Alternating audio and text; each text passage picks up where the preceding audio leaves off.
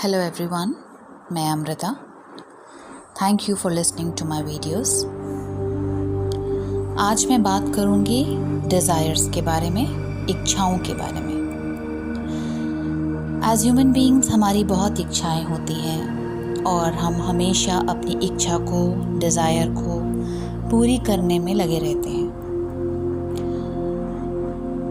बहुत सारे ऐसे वीडियोस हैं या बहुत सारे लोग हैं जो हमें ये बताते हैं कि इच्छा इंसान का सबसे बड़ा दुश्मन होता है और डिज़ायर करने से हम स्पिरिचुअलिटी से दूर हो जाते हैं। लेकिन यहाँ पे मैंने ये एक्सपीरियंस किया है कि डिज़ायर हमें हमारे ही अंदर के कॉन्फ्लिक्टिव बिलीव्स, लिमिटिंग बिलीव्स की तरफ लेके जाता है।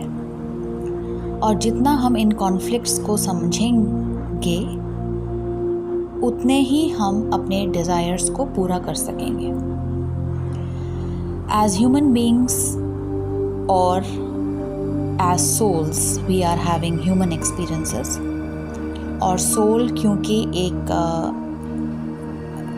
energy है which is full of all the qualities that the creator has, God has, because we are one of them.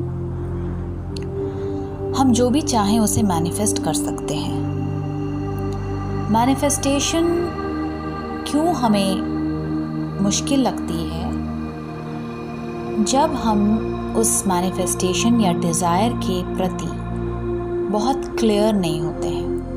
तो सबसे पहले क्लैरिटी अपने डिज़ायर के लिए लाना बहुत ज़रूरी है और ये भी समझना कि डिज़ायर या जो भी मेरी इच्छा है उसके रिलेटेड हमारे डाउट्स क्या हैं,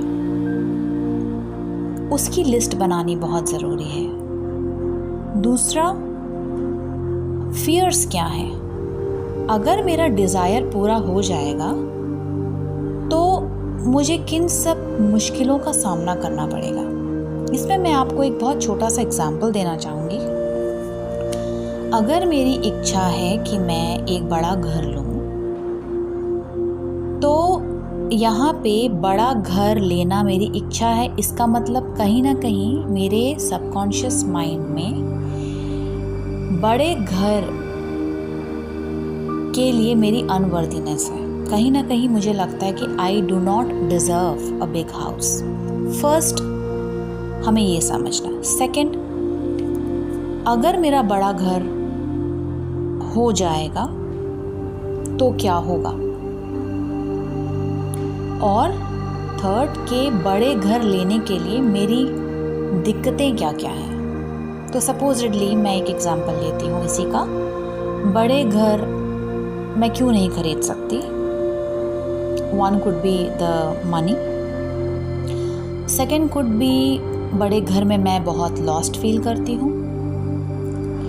थर्ड could be बड़े घर को संभालना बड़ा मुश्किल होता है। ऐसे बहुत सारे हमारे थॉट्स होते हैं। फियर्स में भी क्या आ जाएगा कि अगर मेरा बड़ा घर हो जाएगा तो मेरे पास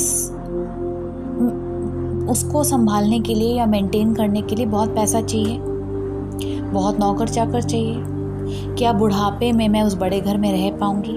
तो इस तरीके से हम अपने डाउट्स और फियर्स को लिख के उसकी डीप हीलिंग अगर हम करें और सरेंडर कर दें लास्ट में, तो ऑटोमेटिकली या तो वो डिज़ायर हमारा पूरा हो जाएगा या हमारे जहन से निकल जाएगा।